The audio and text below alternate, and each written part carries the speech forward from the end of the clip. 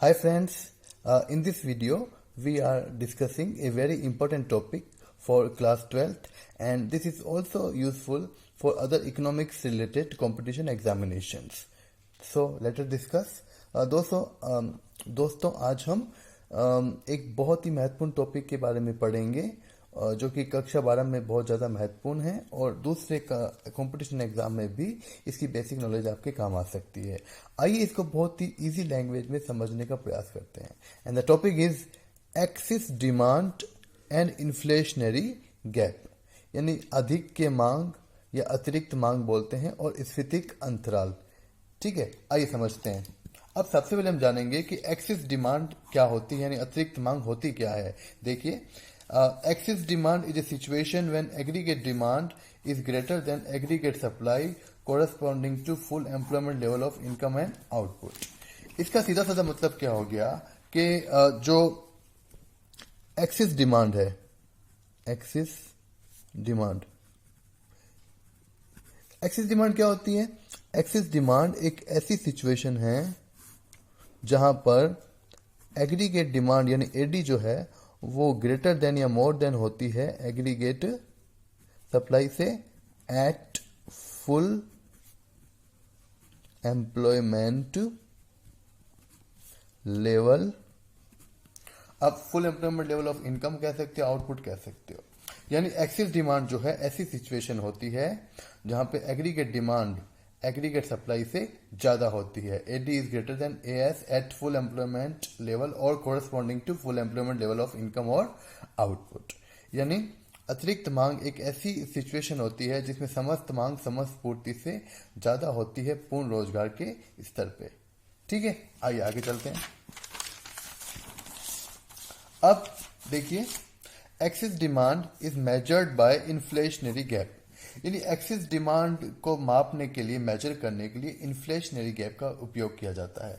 यानी axis demand जो अतिरिक्त मांग है इसको मापने के लिए स्फीतिक अंतराल यानी इस इन्फ्लेशनरी गैप का यूज करते हैं। अब क्वेश्चन ये उठता है कि ये इन्फ्लेशनरी गैप होता क्या है, स्फीतिक अंतराल होता क्या है। इसकी छोटी सी डेफिनेशन है, वो देखिए आप।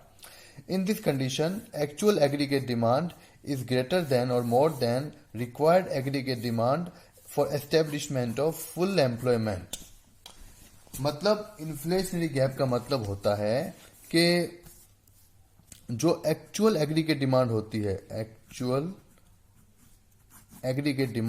है, वो ग्रेटर देन होती है, वो ज्यादा होती है। किससे ज्यादा होती है? ये required aggregate demand for full employment.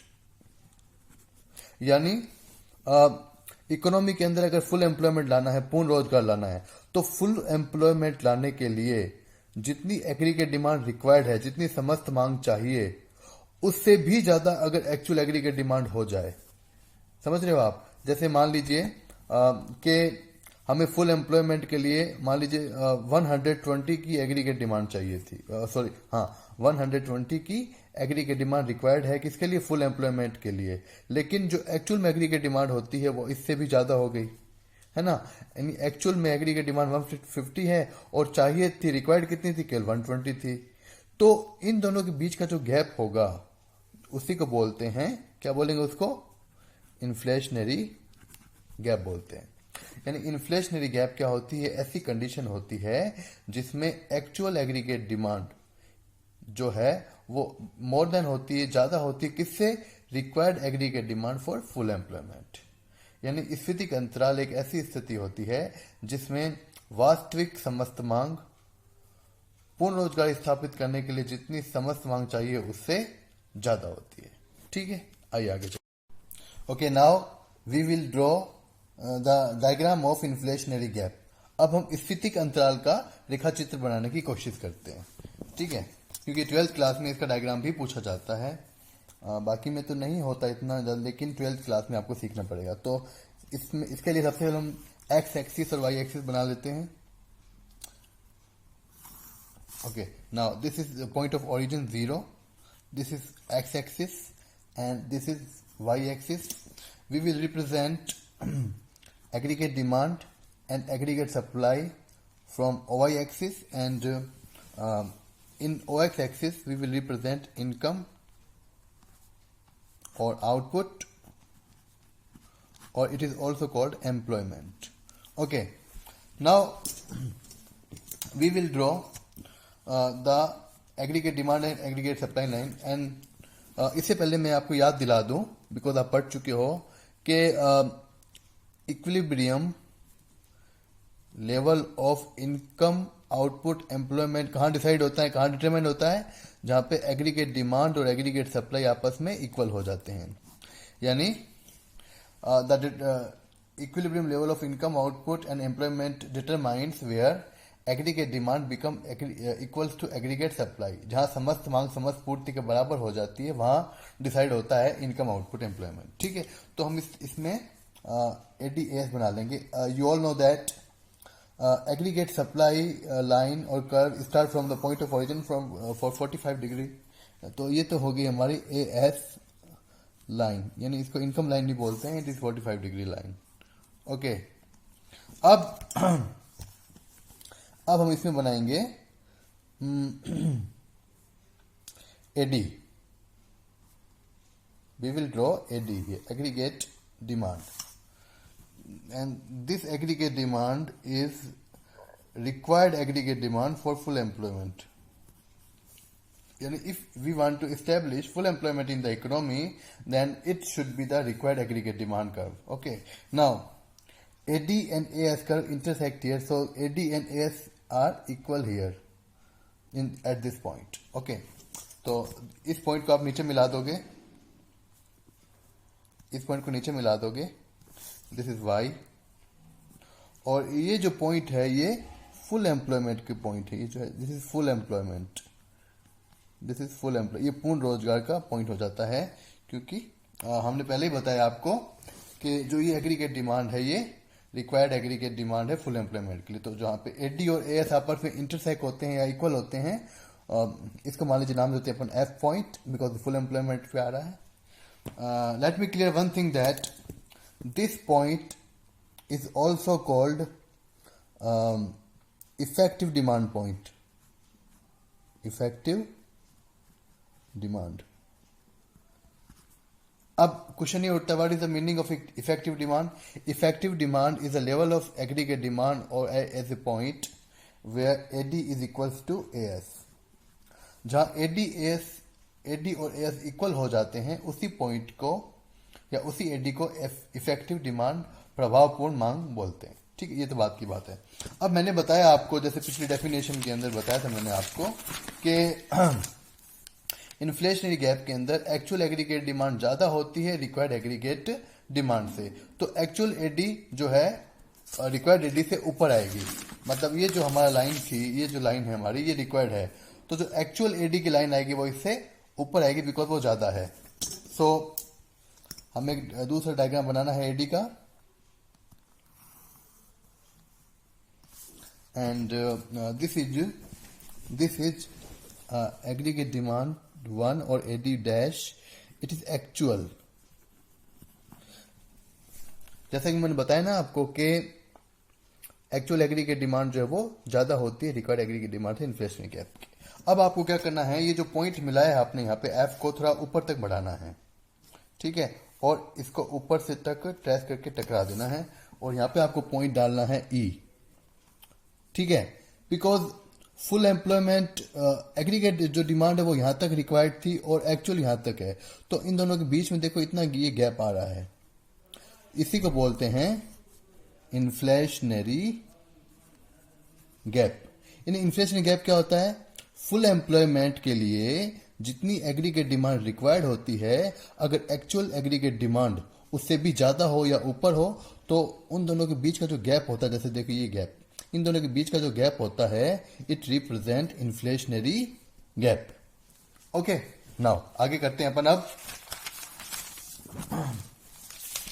आइए, ये रहा. अब सिंपल सी चीज पढ़ेंगे यहाँ पे, जो आपकी बेसिक नॉलेज में काम आएगी, साथ साथ ये 12th क्लास और अदर कंपटीशन एग्जाम्स में पूछी जाती है. अब क्वेश्चन आ गया, कॉजेज और रीजंस ऑफ एक्सेस डिमांड और इन्फ्लेशनरी गैप. कि भाई ये जो एक्सेस डिमांड होती है, ज़्यादा एक्सेस डिमांड होती है, जो इन्फ्लेशनरी गैप होता है, इसके रीजंस क्या है, क्यों होता है एक्सेस डिमांड इकोनॉमी के अंदर, एक्सेस डिमांड की समस्या, ये प्रॉब्लम क्यों आएगी, क्यों हमें इन्फ्लेशनरी गैप का सामना करना पड़ता है, what are the reasons behind it. Okay, तो इसमें मैंने सिर्फ पॉइंट्स लिखे हैं, मैं पॉइंट्स को आपको समझाऊंगा, ध्यान से सुनिएगा। और अगर आपको इन पॉइंट को डिटेल से पढ़ना है तो आप बुक को भी पढ़ सकते हो तो मिलेगा, लेकिन मैं आपको हर चीज समराइज करके समझाने की कोशिश करता हूँ। ओके, जो पहला रीजन है जिसे देश के अंदर एक्सेस डिमांड इन्फ्लेशनरी गैप हो गया या जिसे देश में महंगाई होती है, देखो सबसे पहले late me clear one thing that ये जो इन्फ्लेशनरी वर्ड आता है ना, इसको इजी भाषा में बोलते हैं महंगाई।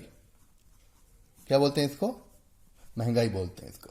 तो ये जो महंगाई की समस्या है, ये इन्फ्लेशनरी गैप है या एक्सेस डिमांड ज्यादा है, तो डिमांड ज्यादा क्यों होगी इकोनॉमी के अंदर, डिमांड ज्यादा क्यों होगी और जब डिमांड ज्यादा होती है तो डिमांड ज्यादा होने से वस्तुओं की प्राइस राइज होती है और प्राइस बढ़ने को ही महंगाई बोलते हैं, है ना। Continuous rise in the general price level. तो इसके पीछे कारण क्या है, मतलब देश में महंगाई क्यों होती है। आप मान लीजिए किसी आम इंसान को जिसके पास इकोनॉमिक्स नहीं पता है, उसको बताओगे कि भाई इन्फ्लेशनरी गैप क्या है, तो आप तो यही बता देना कि भाई महंगाई जो है उसके बारे में होता है। ये इन्फ्लेशनरी गैप मतलब महंगाई, और इसके रीजंस बताने हैं आपको।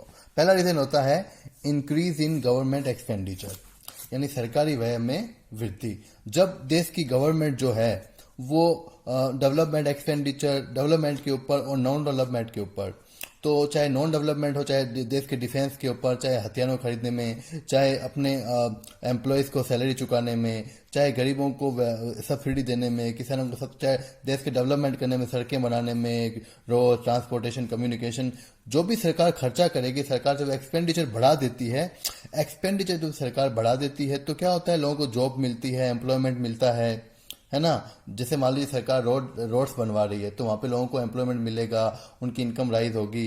तो गवर्नमेंट जब भी एक्सपेंडिचर होगा उससे देश के अंदर क्या होगा, मनी सप्लाई बढ़ेगी, देश के अंदर मुद्रा की मात्रा जो है वो बढ़ेगी। Late me clear one thing that महंगाई का जो रीजन होता है ना इन्फ्लेशन का, उसका रीजन यही होता है कि जो देश में मनी सप्लाई है, मनी सप्लाई वो क्या होती है, बढ़ जाती है। मनी सप्लाई क्या हो जाती है, राइज हो जाती है। और जब भी देश के अंदर मनी सप्लाई बढ़ जाएगी, मार्केट में या लोगों के पास, पब्लिक के पास ज्यादा पैसा आ जाएगा, मार्केट में ज्यादा मनी सप्लाई आ जाएगी, तो लोग ज्यादा डिमांड करेंगे और ज्यादा डिमांड होने से वस्तुओं की कीमतें बढ़ेगी और महंगाई होगी। तो बेसिकली हम लोग जब इन्फ्लेशनरी गैप पढ़ते हैं या एक्सेस डिमांड पढ़ते हैं या जो महंगाई पढ़ते हैं, तो उस सब का रीजन यही होता है कि देश के अंदर लोगों के पास मनी सप्लाई या पैसा बढ़ गया है, मनी की क्वांटिटी, मुद्रा की मात्रा लोगों के पास बढ़ गई है। ठीक है, तो ये जितने भी रीजन मैं आपको बता रहा हूं इन्फ्लेशनरी गैप के या एक्सेस डिमांड के, वो सारे के सारे कहीं ना कहीं जो है वो मनी सप्लाई को देश में बढ़ा देते, मुद्रा की मात्रा बढ़ा देते, लोगों के पास पैसा बढ़ा देते हैं, जिससे लोग ज्यादा डिमांड करते हैं और महंगाई फैलाते हैं। ठीक है, पहला हो गया गवर्नमेंट एक्सपेंडिचर में वृद्धि होना। सरकार जब खर्चा बहुत ज्यादा करती है डेवलपमेंट और नॉन डेवलपमेंट के ऊपर, तो इससे देश में मनी सप्लाई बढ़ेगी और इन्फ्लेशनरी गैप या एक्सेस डिमांड को बढ़ावा मिलेगा। दूसरी ओर इंक्रीज इन इन्वेस्टमेंट, अगर इन्वेस्टमेंट बढ़ाया जाता है, जो फर्म्स है, प्रोड्यूसर्स है, वो इन्वेस्टमेंट बढ़ाते हैं, यानी वो बिजनेस में पैसा लगाते हैं, फैक्ट्रियां खोलते हैं, मशीनें खरीदते हैं, लोगों को जॉब्स देते हैं, वेजेस एंड सैलरी चुकाते हैं। तो जब भी इन्वेस्टमेंट बढ़ाया जाएगा बिजनेस के अंदर, तो भी मनी सप्लाई देश में बढ़ेगी और इससे जो है वो एक्सेस डिमांड और इन्फ्लेशनरी गैप देश के अंदर महंगाई बढ़ेगी। दूसरा है rise in consumption expenditure and fall in saving. जब भी देश के अंदर ऐसा होगा कि जो देश का कंजम्पशन उसमें बढ़ोतरी हो रही है, कंजम्पशन बढ़ेगा, कंजम्पशन में लोग ज्यादा खर्चा करते हैं, खाने पीने के ऊपर, कपड़ों के ऊपर, कार खरीदने में, जो हाउस होल्ड होते हैं, जो कंज्यूमर्स होते हैं, वो कंजम्पशन के ऊपर ज्यादा खर्चा करने लग जाएंगे, ज्यादा पैसा का फ्लो करेंगे, तो क्या होगा, महंगाई बढ़ती है। ठीक है, और दूसरी ओर अगर वो सेविंग्स को कम करेंगे, मतलब वो पैसा जो है सेविंग्स, जितनी भी इनकम होती है उसमें पैसा सेविंग्स कम करते हैं, सेविंग को कम कर देते हैं और ज्यादा कंजम्पशन करते हैं, ज्यादा खर्चा करते हैं और बचाते कम हैं, तो इससे भी देश के अंदर मनी सप्लाई बढ़ेगी। बिकॉज अगर ये लोग कंजम्पशन पे खर्चा करेंगे तो एक का खर्चा दूसरे की इनकम होती है, अगर हाउस होल्ड खर्चा करता है तो दुकान दोनों की इनकम होती है ना, तो इससे भी मनी सप्लाई बढ़ेगी। देन जब भी देश के अंदर एक्सपोर्ट राइज होगा, जो निर्यात है वो बढ़ेगा और जो इंपोर्ट है वो कम होगा, तब भी एक्सेस डिमांड होगी। एक्सपोर्ट बढ़ने का मतलब हम विदेशों को ज्यादा माल बेच रहे हैं और खरीद कम रहे हैं विदेशों से, तो हमारे पास पैसा ज्यादा आ रहा है, मनी सप्लाई हमारे पास बढ़ रही है। ठीक है। देन फॉल इन टैक्सेस, जब टैक्स की दर कम कर देगी सरकार, 20% या 10% टैक्स लेगी या 5% टैक्स लेगी। ठीक है। जैसे मान लीजिए पहले सरकार ने आपकी इनकम 10,000 है, उसमें से आपके पास 2,000 टैक्स ले लिया, है ना, टैक्स ले लिया। ठीक है। तो कितना आपकी डिस्पोजेबल इनकम कितनी हो गई यहाँ पे 8,000। अगर सरकार ने टैक्स कम कर दिया, सरकार ने टैक्स कम कर दिया और आपसे केवल वो 1,000 ले रहा है, तो आप कितना खर्चा करोगे? आप 9,000 का, आपकी इनकम जो डिस्पोजेबल इनकम जो खर्च करने योग्य आए, यानी 9,000 का आप खर्च कर सकते हो, यानी आपकी जो परचेसिंग पावर बढ़ जाती है। तो जब भी टैक्सेस जो है वो कम हो जाएंगे तो आपके जो इनकम में खर्च करने लायक वो बढ़ जाती है, तो आप ज़्यादा खर्चा करोगे, आप ज़्यादा इन्फ्लेशनरी बातें फैलाओगे। Then deficit financing, deficit financing का मतलब होता है, वैसे वैसे तो इसका काफ़ी ब्रॉड मतलब होता है कि भाई देश अगर बजट के अंदर एक्सपेंडिचर ज़्यादा होता है सरकार का और रेवेन्यू कम होती है, तो सरकार क्या होती है, कहीं वो बोरोविंग करती है, कहीं वो नए नोट छापती है। तो जब आप तो इतना याद रख लो कि जब आरबीआई जो है वो न्यू करेंसी प्रिंट करता है, न्यू करेंसी प्रिंट, नए नोट छापता है, अगर आरबीआई या सेंट्रल बैंक नए नोट छापता है, नई करेंसी छापता है, या हम विदेश में ज़्यादा उधार लेते हैं, तो इसको डेफिसिट फाइनेंसिंग का एक एग्जांपल मान सकते हैं। जितने ज़्यादा नोट छापे जाएंगे, जितने ज़्यादा बोरोविंग की जाएगी विदेशों से, या नोट नए छापे जाएंगे, तो उतनी ही देश के अंदर जो है वो मनी सप्लाई बढ़ेगी, और मनी सप्लाई बढ़ने से एक्सेस डिमांड होगी, ज़्यादा डिमांड होगी और महंगाई बढ़ेगी।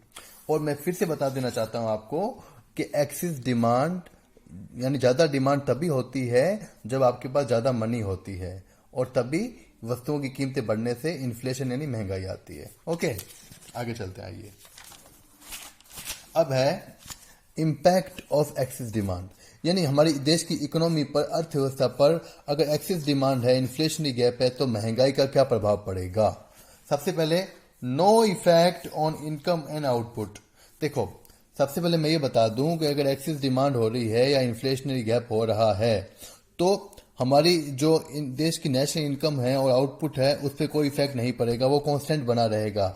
यानी हमारा चाहे कितनी भी इन्फ्लेशन आ जाए, इनकम और आउटपुट में कोई इफेक्ट नहीं पड़ेगा। ओके, मैं आपको समझाता हूँ इस चीज़ से। देखिए, आप ये देखिए, डायग्राम से बताता हूँ मैं आपको। ये देखिए कि जैसे पहले ये एग्रीगेट डिमांड मान लीजिए यहाँ पे थी, तो भी इनकम इतनी है, और जब एग्रीगेट डिमांड रिक्वायर्ड वाली यहाँ पे आ गई एग्रीगेट डिमांड, तो भी इनकम क्या है, उतनी है। यानी ये जो इन्फ्लेशनरी गैप बढ़ा है, इन्फ्लेशनरी गैप से पहले यानी एफ से, तब भी इनकम ओवाई थी, यहाँ तक थी हमारी, और जब ये इन्फ्लेशनरी गैप हुआ तब भी इसको नीचे मिला के देखो तो भी इनकम आउटपुट हमारा इतना ही है। यानी इन्फ्लेशनरी गैप का या एक्सेस डिमांड का इनकम आउटपुट पे कोई इफेक्ट नहीं पड़ता है, यानी ये नो चेंज बने रहते हैं, बिकॉज हम पहले से ही फुल कैपेसिटी पे काम कर रहे हैं, सारी प्रोडक्ट सबको जॉब मिली हुई है, फुल एम्प्लॉयमेंट है, यानी हम फुल कैपेसिटी पे पहले से ही काम कर रहे हैं। ठीक है, आगे देखिए। एक तो पहला पॉइंट आ गया कि भाई एक्सेस डिमांड या इन्फ्लेशनरी गैप का इनकम आउटपुट पे कोई इफेक्ट नहीं पड़ेगा, बिकॉज हम पहले से फुल प्रोडक्शन कैपेसिटी पे काम कर रहे हैं, सबको जॉब मिली, फुल एम्प्लॉयमेंट। दूसरा, no effect on employment, employment पे भी कोई इफेक्ट नहीं पड़ेगा, बिकॉज हम पहले से जब मान के चलते हैं, पहले से फुल एम्प्लॉयमेंट है, यानी जो भी लोग जॉब चाहते हैं, all those who are willing to do job and able to do job gets job at the current wage rate. जितने भी लोग जॉब चाहते हैं और जॉब करने में सक्षम हैं, सबको करंट वेज पे जॉब मिल जाती है, सबको फुल एम्प्लॉयमेंट है। तो जो पहले से फुल एम्प्लॉयमेंट है तो एम्प्लॉयमेंट पे कोई इफेक्ट नहीं पड़ेगा। ठीक है, अब जो सबसे महत्वपूर्ण पॉइंट इसमें आपको पढ़ना ये है कि एक्सेस डिमांड का ज्यादा डिमांड करने का या इन्फ्लेशनरी गैप का प्रभाव सबसे ज्यादा क्या पड़ेगा, जनरल प्राइस लेवल क्या हो जाएगा, बढ़ जाएगा। यानी आपकी जो महंगाई है, महंगाई ही इसमें बढ़ेगी और कुछ इकोनॉमी के ऊपर इफेक्ट नहीं पड़ता है। ठीक है, आइए आगे चलते हैं, थोड़ा सा और लेते हैं, इसको कवर करने की कोशिश करते हैं। अपने नेक्स्ट वीडियो के अंदर मैं डिफ्लेशन गैप भी समझाऊंगा आपको, आज इन्फ्लेशनरी गैप तक रखेंगे। अब measures to correct excess demand और इन्फ्लेशनरी गैप, यानी अगर इकोनॉमी के अंदर एक्सेस डिमांड की समस्या है या इन्फ्लेशनरी गैप की समस्या है तो उसे ठीक कैसे करें, यानी इस समस्या को दूर कैसे करें। तो एक्सेस डिमांड या इन्फ्लेशनरी गैप या महंगाई को दूर करने के उपाय देखिए। इसके लिए जो देश की इकोनॉमी है उसमें दो प्रकार की पॉलिसी बनाई जाती है। एक तो इसको ठीक करने के लिए फिस्कल पॉलिसी यानी जिसको हिंदी में बोलते हैं राजकोषीय नीति, क्या हो, कौन सी नीति, राजकोषीय नीति। एक तो ये अपनाई जाती है फिस्कल पॉलिसी, और दूसरी है मॉनिटरी पॉलिसी, इसको बोलते हैं मौद्रिक नीति। ये दो नीतियां, इन दो पॉलिसीज के द्वारा इन्फ्लेशनरी गैप या डिफ्लेशनरी गैप जो भी प्रॉब्लम्स होती है इकोनॉमी के अंदर उसको सोल्व करने का प्रयास किया जाता है गवर्नमेंट के द्वारा। अब late me clear one thing that fiscal policy जो है वो देश की सेंट्रल गवर्नमेंट बनाती है। कौन बनाता है, सेंट्रल गवर्नमेंट, देश की केंद्र सरकार। जैसे अभी नरेंद्र मोदी जी की सरकार है, वो जो सेंट्रल गवर्नमेंट है जो होती है वो फिस्कल पॉलिसी बनाते हैं, उसके जो फाइनेंस डिपार्टमेंट होता है वो बनाता है। देन जो मॉनिटरी पॉलिसी होता है वो बनाता है सेंट्रल बैंक, केंद्रीय बैंक जो होता है देश का। कौन है हमारे देश का केंद्रीय bank, RBI, reserve bank of India. यानी इंडिया के अंदर मॉनिटरी पॉलिसी कौन बनाएगा, RBI, reserve bank of India, because it is our central bank या केंद्रीय बैंक। ठीक है, अब फिस्कल पॉलिसी के तहत जो है वो दो मेजर्स है, इसके दो हथियार है। एक तो फिस्कल पॉलिसी में दो चीजें आती है, एक तो आता है गवर्नमेंट एक्सपेंडिचर, सरकार का खर्चा आता है। फिस्कल पॉलिसी पहला टूल क्या है, गवर्नमेंट एक्सपेंडिचर, सरकार का खर्चा। अब सरकार इस खर्चे को कम भी कर सकती है और बढ़ा भी सकती है। और दूसरा होता है टैक्सेस यानी कर। अब अगर देश के अंदर एक्सेस डिमांड को कम करना है, इन्फ्लेशनरी गैप को कम करना है, मतलब ठीक करना है, तो मैंने बताया था ना आपको कि इन्फ्लेशनरी गैप का मतलब होता है देश के अंदर मनी सप्लाई बढ़ गई है। अब अगर मनी सप्लाई बढ़ी हुई है उसको ठीक करना, तो उसको क्या होगा, हमें वो मेजर अपनाने पड़ेंगे जो इस मनी सप्लाई को क्या करे,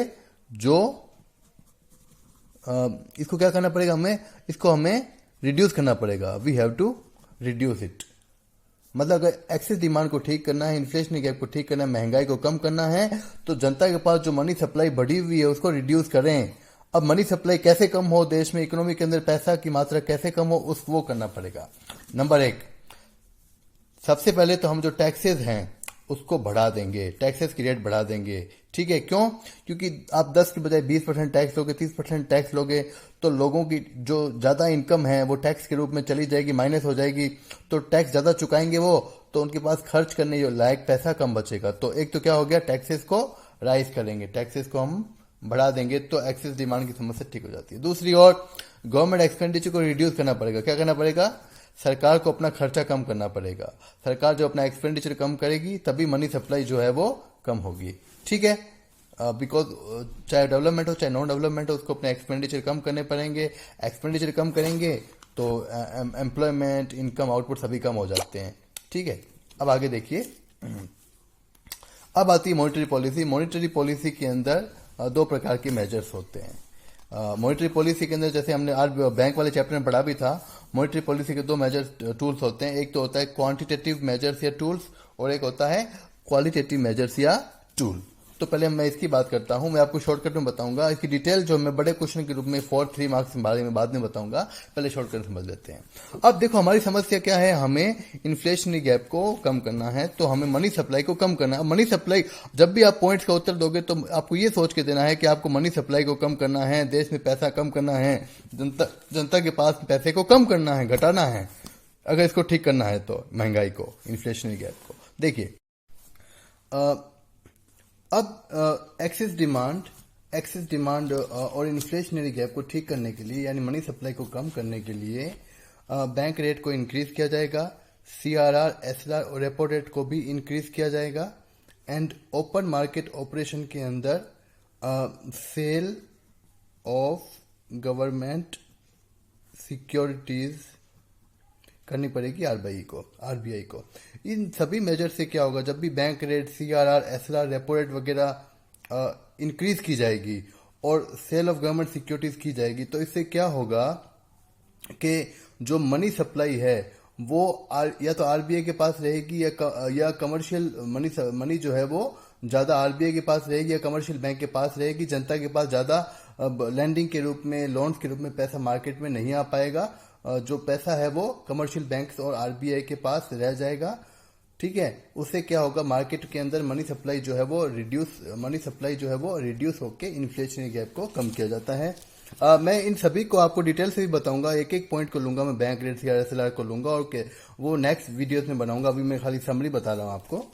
दूसरी ओर क्वालिटेटिव मेजर्स के अंदर आप कर सकते हो मार्जिन रिक्वायरमेंट को भी बढ़ाना पड़ेगा, क्योंकि इसका मतलब हो गया कि अब अगर लोन चाहिए किसी व्यक्ति को कमर्शियल बैंक से, तो कमर्शियल बैंक जो है वो जितना लोन का अमाउंट होगा उससे कहीं ज़्यादा वो सिक्योरिटी की वैल्यू की गिरवी रखेगा। यानी अगर 1 लाख का लोन चाहिए तो मान लो पहले वो 1.5 लाख की संपत्ति गिरवी रखता था, तो अब 2 लाख रुपए 2.5 लाख की जो है एसेट्स को गिरवी रखेगा अपने पास। यानी मार्जिन रिक्वायरमेंट को बढ़ा देंगे तो मनी सप्लाई कम हो जाएगी। जो लोग जो है वो लोन नहीं लेंगे, लोन की डिमांड कम हो जाएगी, तो लोन लोग लेंगे नहीं, तो मनी सप्लाई कम हो जाती है। Then discourage lending, RBI order दे देगा कि बैंकों को पर्सन्स को ना फालतू कामों के लिए या जो अनप्रोडक्टिव वर्क है उसके लिए लोन ना दिया जाए। तो कुछ लोन को रेस्ट्रिक्शंस किए जाते हैं, रूल्स रेगुलेशन बढ़ा दिए जाते हैं, तो ताकि रेको लोन नहीं मिल पाता। देन रेशनिंग ऑफ क्रेडिट का मतलब ये होता है कि बहुत ज़्यादा बैकवर्ड लोगों को ही, बैकवर्ड जो सेक्टर उसको ही लोन मिलेगा, बाकी को लोन नहीं मिलेगा। ये ऐसा उसमें कर दिया जाता है। ठीक है। तो दोस्तों मैंने अभी जो ये टॉपिक है वो खाली this is very very important topic, लेकिन मैंने खाली समरी के रूप में बताया है। मैं आपको हर पॉइंट को बारी बारी से बताऊंगा कि इन्फ्लेशन में डिफ्लेशन में क्या करते हैं, लेकिन उससे पहले मेरा डिफ्लेशनरी गैप का वीडियो आएगा। उसके बाद मैं हर पॉइंट को डिटेल से आपको एक एक पॉइंट को मतलब एक एक पेज में, आधे पेज में बना के समझाऊंगा। अभी केवल मैंने बेसिक नॉलेज बताया आपको, लेकिन एक चीज मैं फिर से बता दूं आपको, जब भी ऐसा हो कि एक्सेस डिमांड को कम करना है या इन्फ्लेशन गैप को कम करना है, यानी महंगाई को कम करना है, तो इसको ठीक करने के लिए जो देश में मनी सप्लाई, जो पैसे की मात्रा ज्यादा हो रखी है, मनी सप्लाई ज्यादा हो रखी है, उसको कम करना पड़ेगा। जनता के पास या मार्केट के अंदर जो मनी सप्लाई को है उसको रिड्यूस करना पड़ेगा। मनी सप्लाई को रिड्यूस करोगे इकोनॉमी के अंदर, तभी जो है एक्सेस डिमांड और इन्फ्लेशनरी गैप कम हो पाएगा। तो आप जब भी ऐसे क्वेश्चन के आंसर दे तो आप एक चीज दिमाग में रखिएगा कि भाई ये बढ़ाना है या कम करना है, तो आप ये ध्यान रखना क्या करने पर मनी सप्लाई कम होगी। ठीक है, ओके, थैंक यू। इस वीडियो में इतना ही। Thank you so much. कोई भी डाउट हो तो जरूर पूछना आप लोग। Thank you.